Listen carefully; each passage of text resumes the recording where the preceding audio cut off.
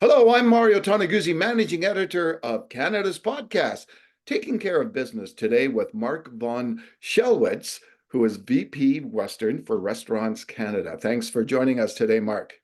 My pleasure, Mario. Well, tough times for the restaurant industry here in the last few years through COVID and post-pandemic. Now we're facing less than a week the repayment deadline of their Canada Emergency Business Account loans. Tell us, Mark, from what you folks are seeing at Restaurants Canada, how many businesses are going to be in trouble come next week on January 18th?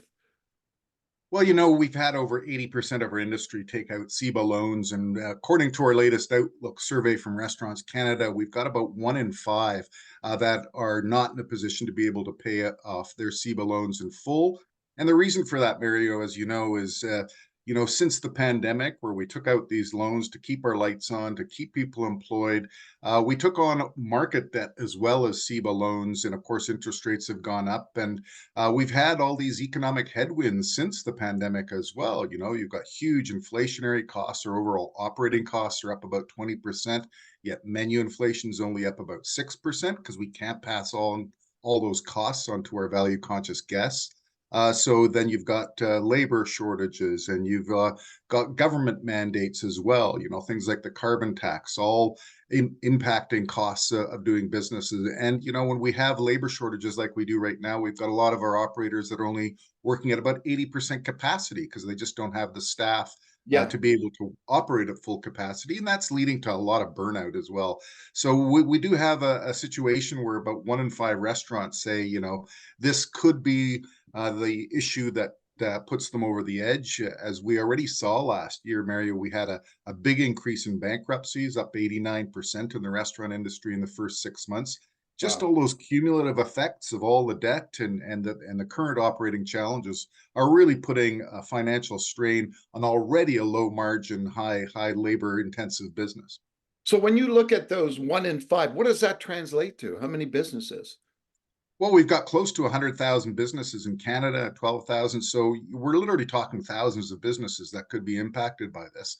And the frustrating thing, Mario, that we have in this is sort of like we've been working with the federal government on an extension. In fact, when they were showing that they were a little bit reticent to do an extension, we said, well, how about we do a win-win? And we actually put together a 36-month proposal that for every 6 months, you lose 5% of the forgivable portion. So there's an incentive there for our members to pay back as soon as possible, but also gives them the runway to be able to pay this over a longer period of time and make sure that they're not forfeiting on these loans. And right now we've got a lot of pressure. I mean, I heard from an Alberta member last week who couldn't get refinancing through their bank. They had to go to one of these third-party lenders, and they were going to charge like 30% interest, which Oh, is just untenable. So, yeah. so they've lost their forgivable portion of the loan, and now they've got to finance that at 5% with the government. Yeah. So when you're looking at all this, Mark, there's been many different groups out there like yourselves, and like the Canadian Federation of Independent Business has raised the alarm on this. Obviously you're all calling for the government to extend that deadline. Why aren't they listening, man? You know what? We know that the small business is kind of the engine, economic engine of this country, and it's so important to the well-being of this country. Why is this continuing to happen? Well, I guess, maybe there's people in Ottawa that live in a bit of a bubble and don't understand. They thought, okay, COVID's over, everything's back to Yeah, normal. But certainly everything's not back to normal for certainly the restaurant industry. And we've been one of the most severely impacted from the pandemic and one of the slowest to recover. Only arts and entertainment are recovering yeah, more slowly than the restaurant industry. So we even said, why don't you even just do a carve out for those most impacted and can demonstrate that they haven't really recovered yet. And but unfortunately, we got this hard no, and it doesn't appear that they're going to be doing anything. So what we are now focusing on is, well, what else can you do to help lower the costs? yeah, Because we're telling all governments at all levels, please do no further harm. We just can't afford any more cost increases at this Yeah. fragile time when we've got 53% of our industry that's not making any money right now. And that Yeah. compares to just 12% before the pandemic. Yeah, and as you mentioned, the costs and everything are going up. Everything from the payroll taxes that businesses are doing, the carbon tax, you name it, and then just the fixed costs of electricity, boom, all that type of stuff. How do businesses or restaurants survive in this environment these days? And what's the future of the industry? Yeah, unfortunately, we've in our member forecast, they're not expecting great things in the coming year either. They're really concerned. They had lower profitability in 23 than in 22, and of course, just these cumulative effects are just making it really difficult. However, we are a resilient industry. We've had the whole industry change a lot, Mario, as well. The whole since the pandemic, the focus on takeout and delivery is much stronger. So, for example, before the pandemic, the average full service restaurant maybe did about 12% of their sales in takeout and delivery. That's now up to 38%. The difficulty is, of course, it's a lot more difficult to make a profit on takeout and delivery meals. There's just very little margin in it for the industry, but they've been forced to do that. That's what our guests are demanding. So we're trying as best as possible to accommodate their needs. But of course, governments are making even that more difficult with all the environmental regulations on single-use plastics, et cetera.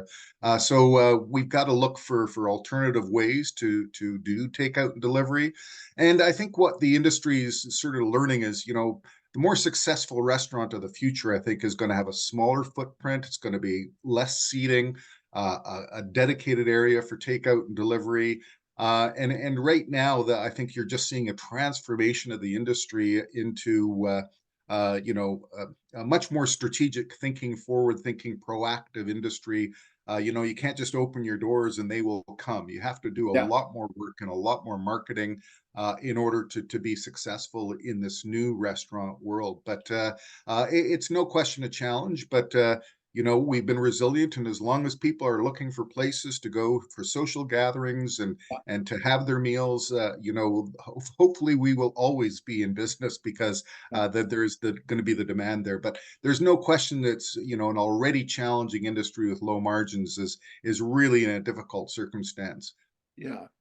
Yeah, the one thing that amazes me, and as you know, I'm based in Calgary, and so I see this often, is that yeah, okay, there's a number of restaurants that close their doors, etc., and announce they're closing. Yet there's more that open, right? And does it surprise you that even with all this going on, that people are still have the dream to open a restaurant?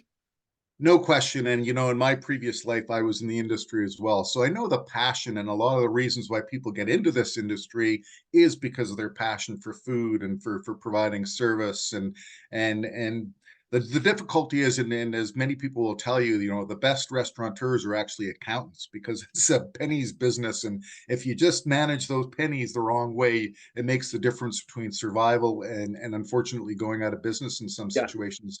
And the last few years, though, and to your point, there's always a churn in the industry. There's always, because it is a difficult industry to make money in, there's always a churn. But the last 3 years have been anything but normal. So even really good operators that have been in the business for a long time, who understand how it works, when they're having troubles to try and break even then we know that there's a much more systemic issue, and it's not your normal, some restaurants open, some close. Now, Yeah. you're lucky, Mario, in Calgary. It's got one of the certainly best business operating environments for restaurants in the country. There's no provincial sales tax, or our liquor policies in Alberta are much better than in a lot of provinces. True. So Alberta's got a lot more going for it than I'd say some of the other provinces in Canada. But still, those challenges exist throughout the country, including Alberta.